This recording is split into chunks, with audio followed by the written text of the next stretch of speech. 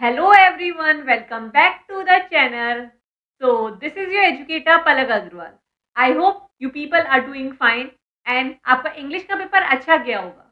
So before beginning this video, let me tell you, अगर आपका English का paper या कोई और भी पेपर जो आप अभी तक दे चुके हैं, बाई चांस अगर वो आपकी एक्सपेक्टेशंस के अनुसार नहीं भी हुआ है, तो प्लीज उसके बारे में और मत सोचो. बिकॉज फर्स्ट ऑफ ऑल अब आप कुछ कर नहीं सकते हैं. एंड अगर आपको लग रहा है कि आपने यहाँ पर ये कमी छोड़ दी, लेकिन यहाँ पर आप कुछ और बेटर कर सकते थे, तो please take a note of it and try not to repeat the same mistake in the upcoming examination. So, here you can see in this video we will be discussing the entire strategy of geography for these 4 to 5 days, and we will be discussing the most important topics that you must cover in order to score 100 out of 100 in geography. Yes, getting 100 marks in geography is really very easy. क्योंकि पहले तो इसका paper केवल 70 marks का होता है and it is literally like comparatively easy to other subject, because यहाँ पे आंसर्स टू द पॉइंट होते हैं. कुछ यहाँ पर आपको इतना खींच के नहीं बताना होता है. And yes, when I am saying this because मेरे को भी ज्योग्राफी में 100 मार्क्स आए थे एंड मुझको ज्योग्राफी कंपैरेटिवली इजी लगता था बाकी सब सब्जेक्ट से, क्योंकि इसे यार एक बार याद कर लिया तो याद कर लिया, उसमें थोड़ा तुम कुछ कम ज्यादा कर सकते हो. तो जैसे मैंने 100 लाया है तो तुम भी 100 लेके आओगे. So let's start this video. So before doing that, let me introduce myself. I am Palak Agrawal, your CVT and boards mentor. Currently, I am pursuing BA Honors Political Science from The Hindu College, Delhi University. Also, I was AI Year 1 in the CVT examination that held last year, where I have scored 100% in 6 subjects. Also, I scored 99% in class 12th boards. So here is my mark sheet of class 12th. कि जैसा कि आप यहाँ पे देख सकते हैं, एक सेकेंड, जैसे कि आप यहाँ पे देख सकते हैं that I have scored 100 marks in geography, and if I have scored 100 marks in geography, so I can guide you the best how you can score the similar marks in geography. And I am telling you, it is really very easy. Just stay connected with me, just stay on this channel, see this entire video, and you will be good to go to score 100 marks in geography. So this is my CVT scorecard. See here, you can see like I have scored 200 marks, that is 100 percentile in here also geography. Just a minute, there's some error. Yeah, you can see 200 marks, that is 100 percentile in geography. So let's start. पहले हम इसको divide कर लेते हैं कि like there are, this video is for both the students, जिन्होंने पूरे अच्छे से पढ़ाई कर ली है उनके लिए भी और जिन्होंने पढ़ाई नहीं करी है उनके लिए भी. बिकॉज व्हाट मैटर्स इज आप इन आखिरी के दिनों में अपना कितना दम लगाते हैं, that will make the complete difference. कोई ये याद नहीं रखेगा कि आपने कब पढ़ना स्टार्ट किया था, आप पूरी साल भर पढ़े थे कि कब पढ़े थे. व्हाट मैटर्स इज कि आपके मार्क्स कितने आते हैं, और मार्क्स कब कब आएंगे, जब आप इन आखिरी के दिनों में अपनी पूरी दम लगा लोगे, जी तोड़ मेहनत करोगे. So this video is for both the students. तो सबसे पहले हम देखते हैं कौन से चैप्टर्स हमने पूरी अच्छी तरीके से पढ़ चुके हैं. Just a minute. So first we will discuss the chapters we have completed entirely.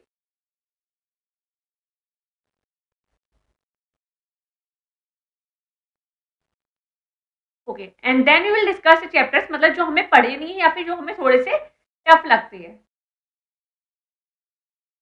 ठीक है, देखो जो चैप्टर्स आपने कंप्लीट कर लिए हैं उनको आपको कैसे करना है. तो सबसे पहले एनसीईआरटी इज वेरी इंपॉर्टेंट, कोई हेल्प बुक की जरूरत नहीं है. तो सबसे पहले एनसीईआरटी खोलो, ठीक है, और फिर उसे रीडिंग करने लगानी शुरू करो. और वहां पे जो भी इंपॉर्टेंट फैक्ट्स आ रहे हैं, जो भी ऐसे कुछ नेम्स हो गए या फिर कुछ डाटा हो गया, और डाटा भी वेरी स्पेसिफिक, ऐसा भी कुछ नहीं याद कर लेना है. जैसे कि जो फर्स्ट टेबल है फर्स्ट चैप्टर में, जैसे इंडिया वाले चैप्टर में, तो जहाँ पे वो लैंग्वेज का डाटा दिया हुआ है 4 लैंग्वेजेस का, तो वो याद करना है. जैसे कितनी शेड्यूल्ड लैंग्वेजेस है, तो उस चैप्टर में दी हुई है 22 शेड्यूल्ड लैंग्वेजेस है, वो याद करना है. ऐसे जो स्पेसिफिक इंपॉर्टेंट डाटा है वो याद करना है. ये नहीं है तुम सारा डाटा याद करते बैठ रहे हो. ठीक है, तो सबसे पहले तुम्हें क्या करनी है, तुम्हें पढ़नी है एनसीईआरटी की रीडिंग करनी है. ठीक है, एनसीईआरटी की रीडिंग कर ली. तो जब तुमने एनसीईआरटी की रीडिंग कर ली तो तुम्हारे जो ऑब्जेक्टिव क्वेश्चंस है उनका तो हो गया तुम्हारा काम. और ये उन चैप्टर के लिए है कि जो तुम्हें आते हैं, तो मतलब वो तुम्हें समझे हुए हैं ऑलरेडी. तो तुम एनसीईआरटी की रीडिंग क्यों कर रहे हो, तो तुम्हें ऑब्जेक्टिव क्वेश्चंस है वो तुम्हारे अच्छे से आराम से सॉल्व हो जाए. और जब तुम एनसीईआरटी की रीडिंग कर लोगे तो पूरे ध्यान से रीडिंग करनी है, क्योंकि जब रीडिंग कर लोगे तो जो तुम्हारे क्वेश्चन आंसर्स है तो उनके सेंटेंस भी वहीं से आ जाएंगे. और क्वेश्चन आंसर्स कैसे निकालने हैं, ज्योग्राफी में काफी क्वेश्चंस रिपीट होते हैं, तो इसके लिए तुम्हें निकालने हैं पीवाईक्यू। चैप्टर वाइज पीवाईक्यू बहुत आसानी से मिल जाएंगे, थोड़ी सी मेहनत करो, चैप्टर वाइज पीवाईक्यू मिल जाएंगे। और जो क्वेश्चंस उसमें दिए हुए हैं वो अपने वो क्वेश्चंस और साथ में एनसीईआरटी रख लो। अब देख लो कि एनसीईआरटी में वो टॉपिक कहाँ पर है, और उसको तुम रीड कर लो एक बार, एक दो बार, और फिर वो तुम्हें आंसर अच्छे से आ जाएगा। जब अगर तुम्हारे पास टाइम नहीं होता है तो हम सारी चीजों को कंप्लीट नहीं कर सकते हैं, और ज्योग्राफी में ज्यादातर क्वेश्चंस रिपीट होते हैं, तो फिर तुम्हें क्या करना है, पीवाईक्यू निकालने हैं, फिर उसी टॉपिक को तुमको एनसीईआरटी से अच्छे से पढ़ लेना है। जब तुमने एनसीईआरटी रीड करी तो तुम्हारे ऑब्जेक्टिव क्वेश्चन का काम हो गया, फिर तुमने एनसीईआरटी और पीवाईक्यू साथ में करे तो तुम्हारे जो सब्जेक्टिव आंसर्स होते हैं, शॉर्ट आंसर्स, लॉन्ग आंसर्स, तो वो भी कंप्लीट हो गए। ठीक है। और जो तुम्हारे न्यू चैप्टर्स है उनका क्या करना है, न्यू चैप्टर्स के लिए पहले तो तुम जल्दी से वन शॉट देख लो, ताकि तुम्हें थोड़ा आइडिया हो जाए कि उस चैप्टर में हो क्या रहा है। वन शॉट देख लिया, और वन शॉट में एनसीईआरटी को साथ में रख के वन शॉट देखना है, एनसीईआरटी को साथ में रख के वन शॉट देखना, ताकि पता चले कि हो क्या रहा है चैप्टर में। और उसके बाद तुम्हें क्या करना है, अब तुम्हारे पास इतना टाइम नहीं कि तुम उसकी एनसीईआरटी को पढ़ सको खुद से, क्योंकि उसमें टाइम देना पड़ेगा, और अगर ऐसे ही पढ़ोगे तो फायदा नहीं होगा। तो इसके पीवाईक्यूज निकाल लो, और देखो जो क्वेश्चन बहुत बार रिपीट हो रहा है उसको तुम कर लो लर्न, उसको कर लो लर्न। जैसे कुछ क्वेश्चंस बहुत इंपॉर्टेंट होते हैं, जैसे कि एक क्वेश्चन है न्यूक्लियर एनर्जी का, क्वेश्चन है मिनरल वाले चैप्टर से, न्यूक्लियर एनर्जी का क्वेश्चन है, एक आयरन ओर वाला क्वेश्चन है, एक टाइप्स ऑफ सेटलमेंट वाला क्वेश्चन है। तो इस तरीके से जो कुछ क्वेश्चंस हैं ये रिपीट होते हैं, तो तुम इनको अगर 3-4 बार पढ़ोगे ना इन क्वेश्चंस के आंसर्स को, तो तुमको याद हो जाएंगे। और अगर तुम्हें पता चल गया कि टॉपिक कहाँ से है और तुम्हारे पास अगर आंसर्स नहीं है, तो एनसीईआरटी में खोलो और एनसीईआरटी से उसे पूरा याद कर लो। बस इतना सा करना है। हर चैप्टर से शायद 2 या 3 क्वेश्चन बनेंगे, इतना तो तुम आसानी से कर सकते हो। और चैप्टर्स जैसे तुम्हारी वर्ल्ड वाली बुक में 8 चैप्टर्स है और इंडिया वाली बुक में 9 चैप्टर्स है। अब तुमको लग रहा होगा टोटल 17 चैप्टर्स हो गए हैं, और तुमको लग रहा होगा कितने ज्यादा चैप्टर है, but let me tell you, मेरे इससे भी ज्यादा चैप्टर थे, अराउंड 19 से 20 चैप्टर्स थे, और ये ज्यादा नहीं है। जब तुम एक बार करना शुरू करोगे ना, तो चीजें बहुत आसान होती जाएंगी, और तुम्हें हर चीज को डिटेल में नहीं पढ़ना होता है, क्योंकि सारी चीजें इंपॉर्टेंट नहीं होती हैं बोर्ड्स एग्जाम्स के लिए, कुछ स्पेसिफिक चीजें ही इंपॉर्टेंट होती हैं, तो तुमको उन्हीं को ही करना होता है। जैसे 3 क्वेश्चंस तो मैंने बता दिए, like they are one of the most important questions. तो इस तरीके से जो कुछ इंपॉर्टेंट क्वेश्चंस, और ये कब होगा, जब तुम अपने पीवाईक्यूज खोलोगे तब तुम्हें दिख जाएगा कि कुछ क्वेश्चंस बार बार रिपीट हो रहे हैं, तो तुमको बस उन्हीं को करना है। और अगर वन शॉट के लिए तुम चैनल रिकमेंडेशन चाहते हो, तो ह्यूमैनिटीज पे दिए हुए हैं वन शॉट्स ज्योग्राफी के, तुम उनको फॉलो कर सकते हो। मैं यहाँ पे किसी का भी प्रमोशन नहीं कर रही हूँ, मेरा किसी से भी कोई कनेक्ट नहीं है, ये बस अगर तुमको मेरी रिकमेंडेशन चाहिए तो उसके लिए मैं बता दे रही हूँ। ह्यूमैनिटीज जो चैनल है उससे तुम अपने वन शॉट्स कंप्लीट कर सकते हो। ठीक है, इतनी हो गया। अब हमें क्या करना है, एनसीईआरटी रीडिंग तो मैंने बता दिया, एनसीईआरटी रीडिंग करनी है तुम्हें, ताकि तुम्हारे जो ऑब्जेक्टिव्स है एमसीक्यू का काम हो जाए, और एनसीईआरटी की एक्सरसाइजेज है उनके एक बार एमसीक्यू देख लेने हैं। क्वेश्चन आंसर तुम थोड़े अवॉइड करना, क्योंकि उसमें थोड़े हॉट्स वाले क्वेश्चंस भी होते हैं, तो जिनके अगर आंसर तुम ढूंढते बैठोगे तो बहुत टाइम वेस्ट हो जाएगा, तो एमसीक्यू कर सकते हो। और जैसे मैंने बताया पीवाईक्यूज आर वेरी इंपॉर्टेंट, क्योंकि ज्योग्राफी में ज्यादातर क्वेश्चन रिपीट होते हैं, ज्योग्राफी में ज्यादातर क्वेश्चन रिपीट होते हैं, स्पेशली लॉन्ग आंसर।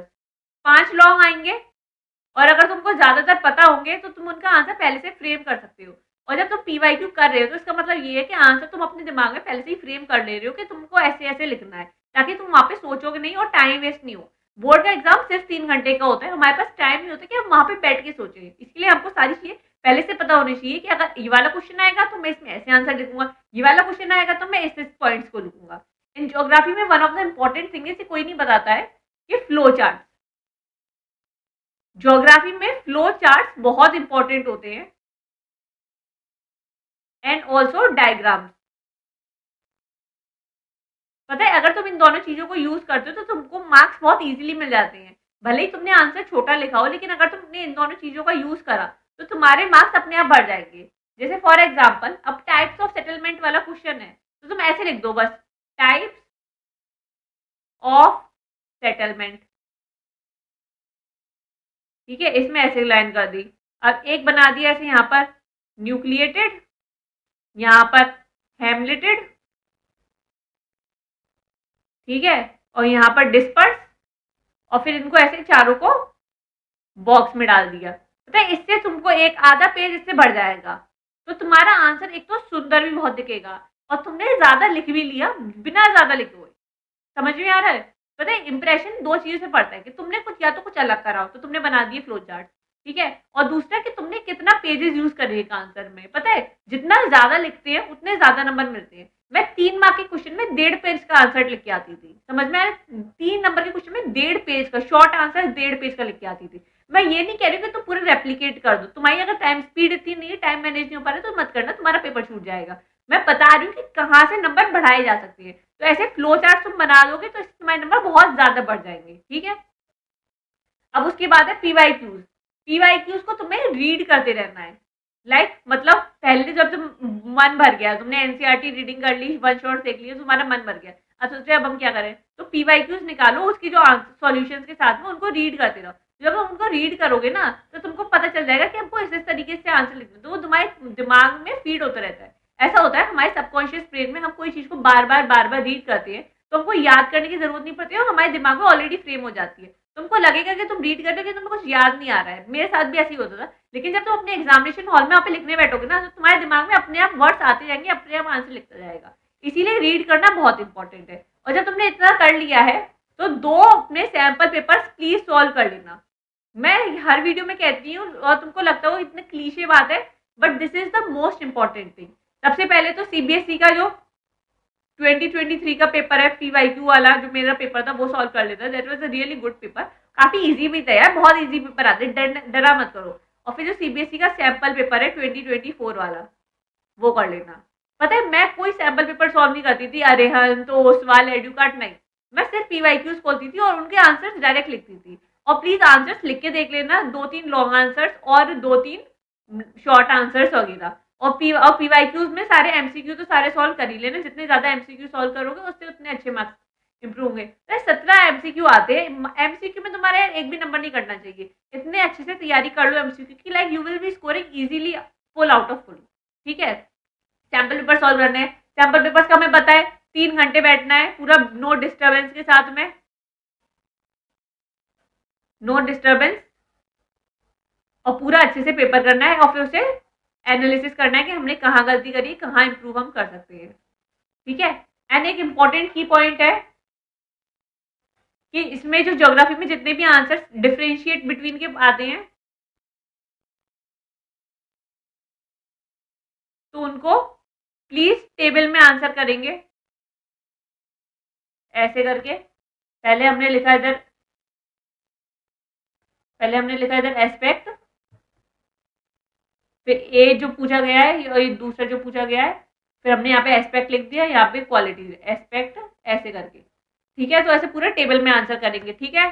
समझ में आ गई है बात? जब अगर टेबल में आंसर नहीं करोगे तो पूरे नंबर नहीं मिलेंगे। तो मैं ऐसे टेबल में आंसर करते हो, टीचर पॉइंट गिन लेता है, 1 2 3 4 5 10 पॉइंट हो गए, 5 नंबर का क्वेश्चन नंबर मिल गए 10 नंबर। समझ में आ गया? इसीलिए टेबल में आंसर करना is really very very important. And यहाँ पे देख लो मोस्ट इंपॉर्टेंट चैप्टर्स, ये मोस्ट इंपॉर्टेंट चैप्टर्स है और ये मैंने ऐसे ही नहीं लिखे, पीवाईक्यू को एनालिसिस करके ही लिखे हैं because they are really most important. सबसे पहले ये वर्ल्ड वाली बुक है, जो फर्स्ट चैप्टर है वर्ल्ड पॉपुलेशन एंड डेंसिटी। ये इसमें जो एक तो जो डेमोग्राफिक ट्रांजिशन वाली डीटीटी है, डेमोग्राफिक ट्रांजिशन थ्योरी, वो बहुत इंपॉर्टेंट है। और ऐसे कुछ एमसीक्यूज, और एक तो इसका जो फैक्टर्स वाला इंपॉर्टेंट है, लाइक जो सेटलमेंट के जो फैक्टर्स होते हैं, कि सेटलमेंट की जो लोकेशन के फैक्टर्स होते हैं वो बहुत इंपॉर्टेंट है, ठीक है। तो ये सबसे ज्यादा इंपॉर्टेंट है। और फिर ह्यूमन डेवलपमेंट वाला चैप्टर बहुत इंपॉर्टेंट है, चैप्टर नंबर 4 है। ह्यूमन डेवलपमेंट वाला चैप्टर बहुत इंपॉर्टेंट है। और जैसे रिसेंट टाइम्स में इतना जो अंडर ग्रेडेशन हो रहा है डेवलपमेंट के लिए, उसके सिनेरियो में बहुत ज्यादा इंपॉर्टेंट है। ट्रांसपोर्ट, कम्युनिकेशन एंड ट्रेड, ये बहुत इंपॉर्टेंट है। इससे एक क्वेश्चन पक्का सोर्स में आता है, एक मिनट, इससे एक क्वेश्चन पक्का सोर्स वाले में आता है, जहाँ पे वो तुम्हें एक वो कोई भी रूट बना के दे देंगे और तुमसे पूछेंगे इसकी, और उसमें बिल्कुल मत सोचना कि तुम्हें वहां पे उस डायग्राम में आंसर मिल जाएंगे, नहीं। तुम्हें सारी चीज खुद से पता होनी चाहिए, उसका डिस्टेंस क्या है, उसके 2 कनेक्टिंग पॉइंट्स कौन कौन से, ईस्ट वेस्ट नॉर्थ साउथ, उसके सराउंडिंग एरियाज कौन से हैं। तो इससे सोर्स में पक्का एक क्वेश्चन आएगा।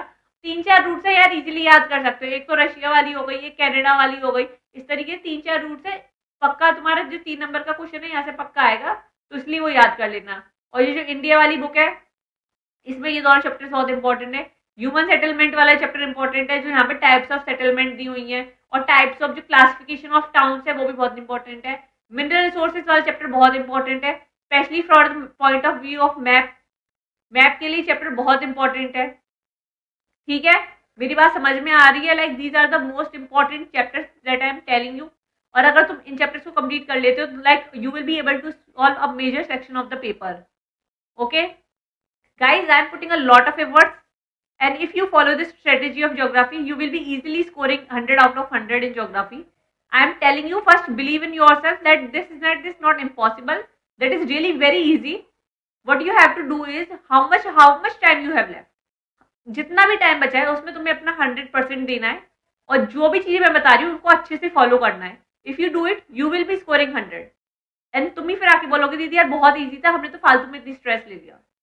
Geography is one of the easier papers, बस उसकी स्ट्रेटेजी को तुमको टैकल करना है, जो मैंने तुम्हें इस वीडियो में बता दी है कि तुमको कैसे कैसे क्या चीजें करनी है। And if you want to know like the most important topics या फिर जो पर्टिकुलर क्वेश्चंस कौन कौन से इंपॉर्टेंट हैं, I will be uploading a further video on that, but you have to do a small thing for me that. उसके लिए तुमको सब्सक्राइबर टारगेट 580 अराउंड 585 कंप्लीट करना पड़ेगा। Then I will be uploading that video on the most important topics. मैंने वैसे या paper solving strategy भी हम उसी में डिस्कस करेंगे। ठीक है, so that's come to the end of this video. Guys, it is really very easy, just follow this and you will be scoring 100 out of 100 in geography. And please ये मत सोचना कि तुम्हारे पहले के पेपर्स कैसे गए हैं, उसको बिल्कुल अपने ध्यान में मत लाओ। एंड एक मेरी ये छोटी सी एडवाइस है, जब पेपर देके आया करो प्लीज मत चेक करा करो यार कितने क्वेश्चन सही हो कितने नहीं। अब वो तो हो गया ना, आगे के पेपर पे हमें ध्यान देना है। So here comes to the end of this video. You will be scoring 100 out of 100 in geography. If I am saying this, you will be scoring that. So, this is your educator, Palak Agrawal, signing off. Thank you.